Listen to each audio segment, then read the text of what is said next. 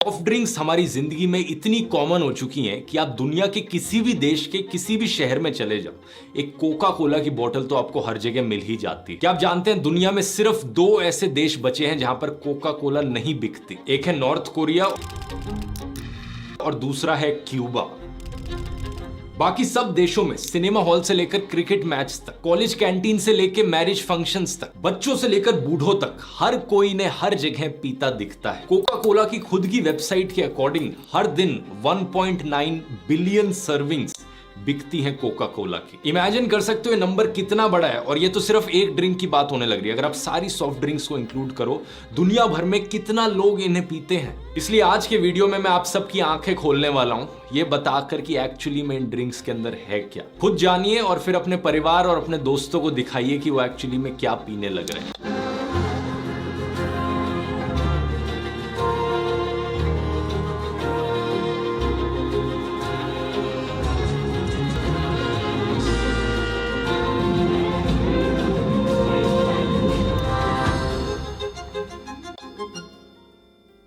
इस वीडियो की शुरुआत मिथ्स और अफवाहों से करते हैं, क्योंकि इस वीडियो का मकसद आप लोगों को डराना नहीं है झूठी बातें बोलकर।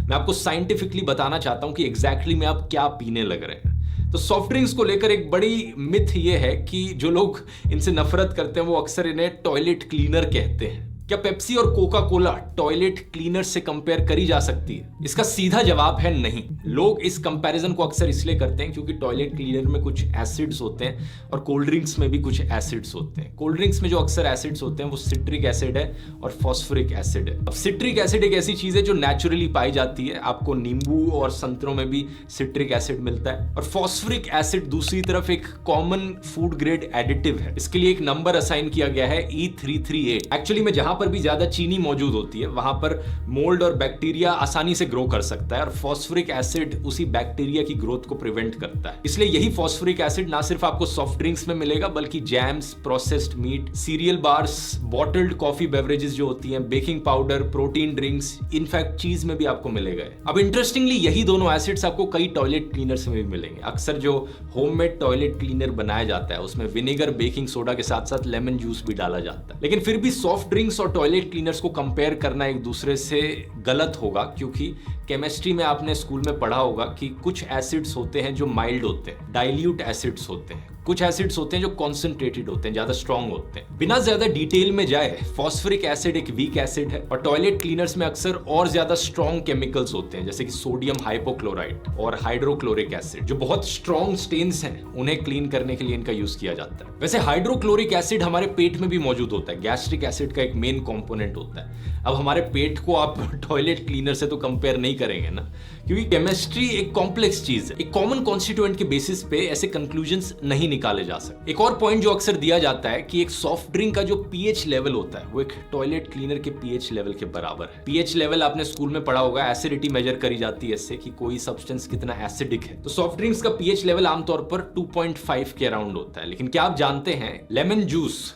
कितना एसिडिक है? उसका पीएच लेवल 2.0 से लेकर 2.6 के बीच में होता है। पोमोग्रेनेट्स, अनार जो है, उसका कितना है पीएच लेवल? 2.9 के अराउंड। ग्रेप्स का भी इतना ही होता है। ये मिथ आपके मन में क्लियर हो गई तो आप सवाल पूछोगे कि क्या सॉफ्ट ड्रिंक्स पीना सही है? फिर इसका जवाब भी काफी सीधा है दोस्तों, नहीं। क्यों नहीं, इसकी अब बात करते हैं। लेकिन इसकी बात करने से पहले एक और सवाल आपके मन में आ रहा होगा कि अगर वैसे भी मैं सॉफ्ट ड्रिंक्स को एक्सपोज ही करने वाला हूं तो यहां पर उन्हें डिफेंड क्यों कर रहा था ये रूमर्स की बात करके? इसके पीछे सिंपल सा रीजन है दोस्तों, मिस इन्फॉर्मेशन एक हानिकारक चीज है। चाहे उससे जो कंक्लूजन निकले वो सही हो या गलत, मिस इन्फॉर्मेशन के जरिए वो कंक्लूजन नहीं निकालना है हमें। तो आइए अब समझते हैं कि सॉफ्ट ड्रिंक्स हानिकारक क्यों है। अब यहाँ पर मैं कोई सीक्रेट इंग्रेडिएंट्स की बात नहीं करूंगा, अक्सर जो कंटेमिनेशन देखने को मिलती है, जैसे कि काफी पहले खबरें आज सुनने को मिली थी हमें कि कोल्ड ड्रिंक्स में पेस्टिसाइड्स पाए गए। Soft drinks that are being sold in Delhi, Coke brands had 30 times higher pesticide residues, and the Pepsi brands had 36 times higher pesticide residues. And ये 2004, 2006 और फिर 2016 में फिर से हुआ था। लेकिन ये एक अनयूजुअल चीज है, ऐसा आमतौर पर होता नहीं। इस वीडियो के लिए मैं एज्यूम करना चाहूंगा कि हम जिन सॉफ्ट ड्रिंक्स की बात कर रहे हैं उनमें कोई भी ऐसी कंटेमिनेशन नहीं है, सिर्फ प्योर वही ड्रिंक है जो कंपनी बनाना चाह रही है। बॉटल को घुमाइए और इंग्रेडिएंट्स लिस्ट चेक कीजिए। वीडियो के शुरू में मैंने मिरिंडा का एग्जांपल लिया था, वो पेप्सिको का एक ब्रांड है। उसी एग्जांपल को कंटिन्यू रखते हैं, लेकिन कोका कोला की तरफ से भी एक सिमिलर ब्रांड आपको मिलेगा, फैंटा। ये दो सबसे बड़ी कंपनीज हैं, पेप्सिको और कोका कोला। और मिरिंडा और फैंटा एक दूसरे के कॉम्पिटिटर्स हुए। पहले कैलोरीज देखते हैं। पीछे लिखा है 100 ml में 55 कैलोरीज है, तो 600 ml की बोतल में 55 × 6 330 कैलोरीज हुई। अब एक कंपैरिजन ड्रॉ किया जाए, ये एक बोतल में उतनी ही कैलोरीज हैं जितनी 2 आलू के परांठों में कैलोरीज होती है। इतना ही नहीं, अगर आप एक मसाला डोसा खाएंगे एक कटोरी भर सांभर के साथ और नारियल की चटनी के साथ, आप जितनी कैलोरीज कंज्यूम करेंगे वो इतनी होंगी या इससे कम ही होंगी। शायद आप सोचोगे कि कौन सी बड़ी बात है। पॉइंट ये है दोस्तों कि जब आप आलू के परांठे खाओगे या मसाला डोसा खाओगे, वो आपका लंच हो सकता है, आपका पेट भर जाता है उसमें। लेकिन अगर आप ये एक बॉटल कोका कोला की या मिरिंडा की पियोगे तो इससे पेट भरेगा क्या? ये एक्स्ट्रा कैलोरीज फालतू की हैं। इसके बाद लंच या डिनर तो वैसे भी आपको करना ही पड़ेगा। ऊपर से बाकी नॉर्मल खाने में प्रोटीन्स होते हैं, सोडियम, पोटेशियम, विटामिन होते हैं, फाइबर्स होते हैं, फैट्स होते हैं, कई सारे न्यूट्रिएंट्स मिलते हैं। लेकिन इस बॉटल से क्या मिलता है आपको? खाली कैलोरीज जिनमें कोई न्यूट्रिएंट्स नहीं है और सिर्फ चीनी है, भरपूर चीनी है। इतनी सारी चीनी है कि आप यकीन नहीं कर सकते। मैंने कंपैरिजन के लिए यहाँ पर उतनी ही चीनी एक खाली ग्लास में डाली। 100 ml में 13.8 ग्राम चीनी होती है मिरिंडा में, तो एक पूरी बोतल में 13.8 × 6 82.8 ग्राम चीनी, आधा ग्लास भर जाता है। इतनी चीनी आपको बहुत बीमार कर सकती है। आप पूछोगे कि कितनी एडिड शुगर एक आम इंसान के लिए नॉर्मल है खाना, तो इसका जवाब है 0। सही सुना आपने, एब्सोल्यूट 0। क्योंकि बात क्या है, हम यहाँ पर एडिड शुगर की बात कर रहे हैं, नेचुरल शुगर्स की बात नहीं कर रहे। नेचुरल शुगर्स हमारी बॉडी को वैसे भी नेचुरल फूड से मिल जाती है। दूध में लैक्टोस होता है, फ्रूट्स फल में फ्रुक्टोस होता है, ये सब नेचुरल शुगर्स के एग्जाम्पल हैं। जब आप दूध पीते हो या फ्रूट्स खाते हो, आपको ये नेचुरल शुगर्स मिलती हैं जिनसे एनर्जी मिल जाती है आपको, और यही नेचुरल शुगर्स आपकी बॉडी की नीड्स को कंप्लीट कर देती है। दूसरी एडिड शुगर वो होती है जो एक्स्ट्रा चीनी डाली गई है हमारे खाने में, जो हम खाना बनाते वक्त या फूड प्रिपेयर करते वक्त एक्स्ट्रा चीनी डालते हैं। और अमेरिकन हार्ट एसोसिएशन के अकॉर्डिंग हमारी बॉडी को कोई भी एडिड शुगर की जरूरत नहीं है प्रॉपरली फंक्शन करने के लिए। तो बॉडी की तरफ से रिक्वायरमेंट 0 एडिड शुगर की है। लेकिन फिर भी अगर आप पूछो कितना टॉलरेट कर सकती है हमारी बॉडी, कितनी एडिड शुगर खाना सेफ है हमारी बॉडी के लिए, तो रेकमेंडेड जो लिमिट है दोस्तों, एक एडल्ट आदमी के लिए है 36 ग्राम एक दिन में, और एक औरत के लिए है 25 ग्राम एडिड शुगर एक दिन में। और इस मिरिंडा की 600 ml की बोतल में 82.8 ग्राम चीनी है। एक बोतल पी और आप अपनी डेली रेकमेंडेड लिमिट से आगे निकल जाओगे। इसलिए मैं कहता हूं हर रोज इतनी सारी एडिड शुगर आपको बहुत बीमार करने के लिए काफी है। इंस्टेंटली तो कुछ नहीं होगा आपको, 1-2 दिन आपने ऐसा कर लिया, ज्यादा कुछ नहीं होगा। लेकिन अगर आप दिन प्रतिदिन साल भर साल यही करते गए, इस एक्सेसिव एडिड शुगर की वजह से बाद में जाकर आपको जॉइंट्स में पेन होगा, स्किन एजिंग होगी, लिवर डैमेज होगा, टाइप 2 डायबिटीज होगा, पैनक्रियाज आपका ब्रेकडाउन कर जाएगा, किडनी फेलियर होगा, हार्ट अटैक का रिस्क कहीं ज्यादा बढ़ जाएगा, और फाइनली मोटापा, ओबेसिटी भी होगी। इस चीज को मैंने लास्ट में मेंशन किया है क्योंकि ज्यादातर लोग जब शुगर के बारे में सोचते हैं तो उन्हें लगता है कि क्या है, थोड़े मोटे ही तो हो जाएंगे, लेकिन बाकी सारी डिजीजेस इनके बारे में बहुत कम लोग जानते हैं कि ये सब भी एक्सेसिव शुगर की वजह से होते हैं। शुगर के बारे में सबसे खतरनाक बात यह है कि आप इससे ठीक उसी तरीके से एडिक्टेड हो सकते हो जिस तरीके से लोग ड्रग्स से एडिक्टेड होते हैं। 2017 की एक स्टडी ने शुगर एडिक्शन को कोकेन एडिक्शन से कंपेयर किया था। यही रीजन है कि आप अपने आसपास अपने जिंदगी में लोगों को जब देखते हो, जो लोग सॉफ्ट ड्रिंक्स पीते हैं वो काफी रेगुलरली सॉफ्ट ड्रिंक्स को पीते हैं। ऐसे बहुत कम लोग आपको मिलेंगे जो कहेंगे कि मैं सिर्फ 3-4 महीने में एक बार ही सॉफ्ट ड्रिंक पीता हूं। जो लोग शुगर से एडिक्टेड हैं वो या तो रेगुलरली सॉफ्ट ड्रिंक्स पिएंगे, या अगर रेगुलरली सॉफ्ट ड्रिंक्स नहीं पी रहे तो वो कैंडीज खाएंगे, चॉकलेट्स खाएंगे, मिठाइयां खाएंगे, आइसक्रीम्स खाएंगे। जिन चीजों में ज्यादा चीनी पाई जाती है, ज्यादा एडिड शुगर की मात्रा देखने को मिलती है, वो लोग रेगुलरली इन चीजों को कंज्यूम करेंगे। शुगर ओवरडोज की बात बाकी देशों में कई समय से चलने लग रही है। यही रीजन है कि साल 1964 में पेप्सिको ने डाइट पेप्सी लॉन्च करी थी और कोका कोला ने साल 1982 में डाइट कोक लॉन्च करी। इन दोनों डाइट वर्जन्स में सॉफ्ट ड्रिंक्स के 0 कैलोरीज हैं और 0 एडिड शुगर है। तो क्या इसका मतलब ये हुआ ये सेफ टू ड्रिंक है? इन डाइट सॉफ्ट ड्रिंक्स में आर्टिफिशियल स्वीटनर्स का इस्तेमाल किया जाता है, जैसे कि एस्पर्टेम, सैचरिन और सुक्रालोस। और इन आर्टिफिशियल स्वीटनर्स की दोस्तों एक बड़ी कंट्रोवर्शियल हिस्ट्री रही है। कई ऐसी स्टडीज करी गई हैं जिन्होंने इन्हें कैंसर से लिंक किया था, जिसकी वजह से कई जगहों पर इन्हें बैन भी कर दिया गया था। लेकिन कुछ ऐसी भी स्टडीज करी गई हैं कुछ और ऑर्गेनाइजेशंस के द्वारा जिन्होंने कहा कि नहीं, ऐसा कोई कैंसर लिंक नहीं पाया गया। एक लेटेस्ट स्टडी जो सिर्फ आज से 5 महीने पहले करी गई थी, 24 मार्च 2022 को फ्रांस में करी गई थी। ये 1 लाख एडल्ट्स पर 7-8 सालों के लिए इन्होंने देखा कि कोई इफेक्ट आ रहा है लोगों में कि नहीं। तो इन्होंने पाया कि एस्पर्टेम से एक्चुअली में कैंसर का रिस्क बढ़ता है। अगर आप centre for science in the public interest CSPI की ऑफिशियल वेबसाइट देखेंगे तो वहां पर भी आपको दिखेगा कि एस्पर्टेम को कैंसर से लिंक्ड पाया गया है। कुछ और स्टडीज ने इन आर्टिफिशियल स्वीटनर्स को लिंक किया है heart disease, stroke, diabetes, kidneys की टॉक्सिसिटी, लिवर की टॉक्सिसिटी, मेंटल हेल्थ प्रॉब्लम्स और बर्थ डिफेक्ट से भी। लेकिन फिर भी यहाँ बेनिफिट ऑफ डाउट मैं इन्हें देना चाहूंगा।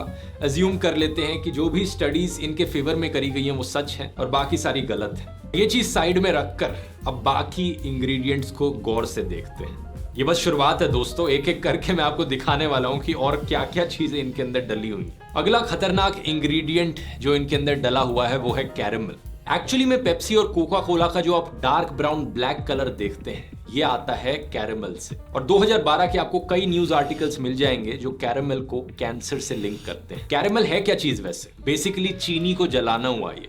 शुगर को हीट किया जाता है अमोनिया और सल्फाइड्स के साथ। ऐसा करने से एक बाय प्रोडक्ट निकलता है 4-MI, 4-मिथाइल इमिडाजोल। कई स्टडीज ने इसे कैंसर से लिंक किया है और कैलिफोर्निया स्टेट में इसे कार्सिनोजेन लिस्ट किया जाता है। वहां का कानून कहता है कि इस कार्सिनोजेन की मात्रा किसी भी खाने में, पीने की चीज में अगर 29 माइक्रोग्राम से ज्यादा है तो अलाउड नहीं है, लेकिन 29 माइक्रोग्राम से कम अलाउड है। 2012 के न्यूज आर्टिकल्स के अकॉर्डिंग इन सॉफ्ट ड्रिंक के सैंपल्स में 138 माइक्रोग्राम्स तक पाया गया था, परमिटेड लिमिट से 4 गुना ज्यादा। इस कंट्रोवर्सी के बाद कोका कोला ने कहा कि वो अपना फॉर्मूला बदल देंगे और एक नया फॉर्मूला इस्तेमाल करेंगे जिसमें 4-MI की मात्रा कम होगी। लेकिन ये चेंजेस इन्होंने सिर्फ अमेरिका में की। इंडिया जैसे देशों में और बहुत सारे अलग अलग डेवलपिंग कंट्रीज में इनको लेकर कोई कानून नहीं बने हुए। सिमिलर न्यूज 2014 में दोबारा देखने को मिली थी जब एक ऑर्गेनाइजेशन ने अलग अलग सॉफ्ट ड्रिंक्स को चेक किया 4-MI की मात्रा चेक करने के लिए, और एक बार फिर से इन सारी सॉफ्ट ड्रिंक्स में इसकी ज्यादा मात्रा पाई गई थी। यहाँ पे एक साइड नोट मैं आपको बताना चाहूंगा, कोई भी खाने की चीज जब एक हद से ज्यादा जल जाती है तो वो आपकी हेल्थ के लिए अच्छी नहीं होगी। अगर आपकी जो ब्रेड है जो आपने टोस्टर में डाल रखी है वो काली पड़ गई है,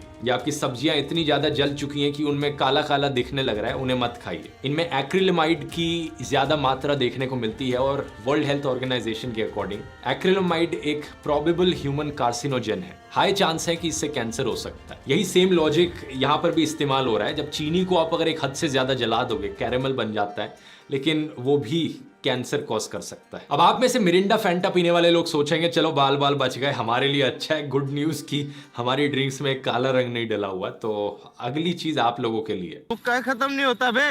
ये मिरिंडा और फैंटा जैसी ड्रिंक्स में ऑरेंज कलर कहां से आता है? ये लोग एक सिंथेटिक फूड कलर का इस्तेमाल करते हैं जिसका कोड नेम है E110। इसे सनसेट येलो FCF करके भी बुलाया जाता है और इसका केमिकल नेम है डायसोडियम 6 हाइड्रोक्सी 5,4 सल्फोफिनाइल आजो 2 नैफ्थलीन सल्फोनेट। चिंता मत कीजिए, एग्जाम में नहीं आएगा ये एक आजो डाई है जो एक्चुअली में पेट्रोलियम से लाई गई है, लेकिन ये आपकी लाइफ के लिए बहुत जरूरी है। साल 1973 में ही एक पीडियाट्रिक थे बेंजामिन फाइनगोल्ड। इन्होंने पाया कि आर्टिफिशियल फूड फ्लेवर्स जो हैं उनकी वजह से बच्चों में हाइपर एक्टिविटी देखने को मिलती है, बच्चों की अटेंशन पर भी फर्क पड़ता है। यही कारण है कि आज से 22 साल पहले साल 2000 में नॉर्वे, फिनलैंड और स्वीडन जैसे देशों ने इस सनसेट येलो FCF को बैन कर दिया था। बाकी देश इतने प्रोएक्टिव नहीं रहते इन चीजों को लेकर, क्या किया जाए। साल 2007 में साउथहैम्पटन यूनिवर्सिटी ने एक स्टडी करी थी। इन्होंने पाया कि इस E110 का लिंक है बच्चों में अटेंशन डेफिसिट से, बच्चों में हाइपर एक्टिविटी डिसऑर्डर देखने को मिलता है। इस रिसर्च स्टडी के बाद यूके की जो फूड स्टैंडर्ड्स एजेंसी है, अगले साल 2008 में उन्होंने इस इशू पर ध्यान देना शुरू किया।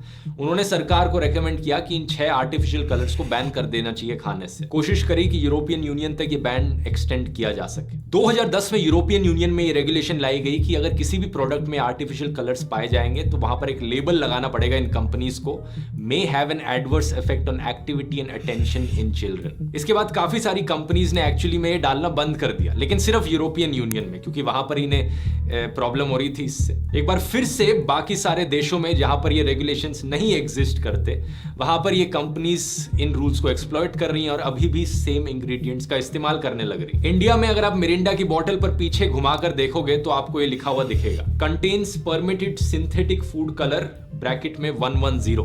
110 जैसा मैंने बताया कोड नेम है इसी सनसेट येलो FCF का। बड़ी चालाक हैं कंपनीज, हर देश में पैसे स्पेंड करती हैं कोर्ट केसेस फाइट करने के लिए। पेप्सिको की ऑफिशियल वेबसाइट के अकॉर्डिंग इन्होंने $3.6 मिलियन अमेरिका में स्पेंड किए हैं लॉबिंग रिलेटेड एक्टिविटीज के लिए। अब लॉबिंग अगर आप नहीं जानते, मेरी राय में ये बेसिकली लीगलाइज्ड करप्शन है। अमेरिका जैसे देशों में ये चीज लीगल है कि बड़ी बड़ी कंपनीज पैसे दे सकती हैं पॉलिटिकल पार्टीज को, ताकि पॉलिटिकल पार्टीज उन कंपनीज के फेवर में जजमेंट्स दें, रूलिंग्स दें। ये कंपनीज हमेशा अपने प्रॉफिट के बारे में सोचती हैं, ना कि लोगों की हेल्थ के बारे में। जिन जिन देशों में रेगुलेशन नहीं एग्जिस्ट करती, वहां पर सस्ता कैंसर कॉजिंग सामान बेचते रहो, क्या फर्क पड़ता है। आज 2022 में भी इंडिया में कोई रेगुलेशन नहीं है E110 को लेकर। बहुत से पैकेटेड फूड आइटम्स में आपको ये देखने को मिलेगा। एक और ऐसा एग्जांपल है, अगला इंग्रेडिएंट हमारा प्रेजर्वेटिव E211। 211 यहां पर कोड है प्रेजर्वेटिव सोडियम बेंजोएट के लिए। 2005 में यूएसए के FDA ने कुछ प्राइवेट लैब में टेस्ट करवाए थे। इन्होंने पाया कि इन सॉफ्ट ड्रिंक्स में बेंजीन पाई गई। बेंजीन एक ऐसी गैस है जो गाड़ी के एग्जॉस्ट से निकलती है। कोयले को जलाओगे या तेल को जलाओगे तो ये गैस निकलती है, नॉर्मली कैंसर हो जाता है इससे। कोल्ड ड्रिंक के अंदर ये गैस कैसे पाई जा रही है? रिसर्च करी तो पाया गया कि ये जो बेंजोएट सॉल्ट्स हैं, जैसे कि ये प्रेजर्वेटिव सोडियम बेंजोएट, जब ये एस्कॉर्बिक एसिड से रिएक्ट करते हैं, एस्कॉर्बिक एसिड विटामिन C होता है, ये दोनों साथ में मिलकर बेंजीन बना देते हैं। इस रिएक्शन को बस हीट और लाइट की जरूरत है। जब भी ये बॉटल्स बाहर एक्सपोज होती हैं गर्मी में और रोशनी में, तो ये रिएक्शन हो जाता है इनके अंदर। 2007 में जब ये कंट्रोवर्सी उठी तो कोर्ट केसेस किए गए पेप्सिको और कोका कोला के अगेंस्ट। अगले साल 2008 में खबर आई कि कोका कोला अपने प्रोडक्ट से सोडियम बेंजोएट को हटा देगा, नहीं इस्तेमाल करेगा अपनी सॉफ्ट ड्रिंक्स। अब बोलोगे अच्छी चीज है, लेकिन फिर से जैसा मैंने बताया, जिन देशों में कोर्ट केसेस लड़े जा रहे हैं वहां पर एक्शन लिया जाता है। इंडिया में आज के दिन भी ये एक पॉपुलर प्रेजर्वेटिव है जो यूज किया जाता है सॉफ्ट ड्रिंक्स में। वैसे भी एक्सेसिव सोडियम, ज्यादा नमक खाने में हाइपरटेंशन कॉज कर सकता है। यही रीजन है कि अक्सर जंक फूड और हाइपरटेंशन को साथ में लिंक किया जाता है। अब आते हैं हम अपने अगले इंग्रेडिएंट पर, फॉस्फोरिक एसिड। इसकी बात मैंने वीडियो के शुरू में करी थी। कुछ कोल्ड ड्रिंक्स में फॉस्फोरिक एसिड होता है मोल्ड और बैक्टीरिया की ग्रोथ को प्रिवेंट करने के लिए। ये कोई इतनी बेकार चीज नहीं है, क्योंकि दूध में भी फॉस्फोरिक एसिड पाया जाता है। लेकिन फॉस्फोरिक एसिड का नुकसान ये है कि ज्यादा इसे लोगे तो इससे दांत खराब हो सकते हैं, डेंटल कोरोजन हो सकता है। तो यही रीजन है, एक छोटा सा एडवाइस जो अक्सर बच्चों को दिया जाता है कि ज्यादा सॉफ्ट ड्रिंक्स मत पिया करो, दांत खराब हो जाएंगे। दांत खराब होना फॉस्फोरिक एसिड की वजह से बाकी सारी चीजों से अगर आप कंपेयर करोगे सबसे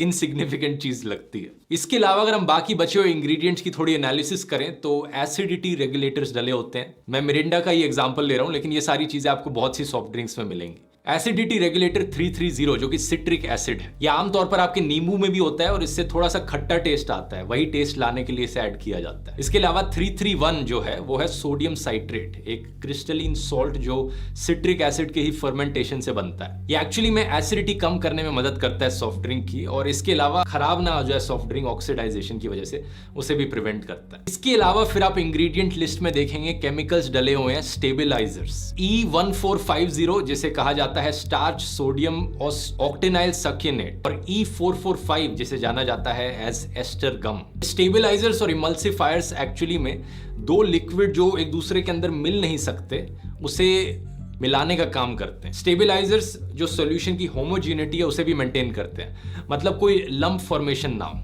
जब आप किसी भी सॉफ्ट ड्रिंक को देखते हैं वो एक जैसी साधारण दिख रही होती है, ऐसा नहीं कि उसमें कोई सॉलिड फॉर्म होने लग गए हो बीच बीच में। ठीक है, ये इसमें कुछ इतनी हानिकारक चीज नहीं है।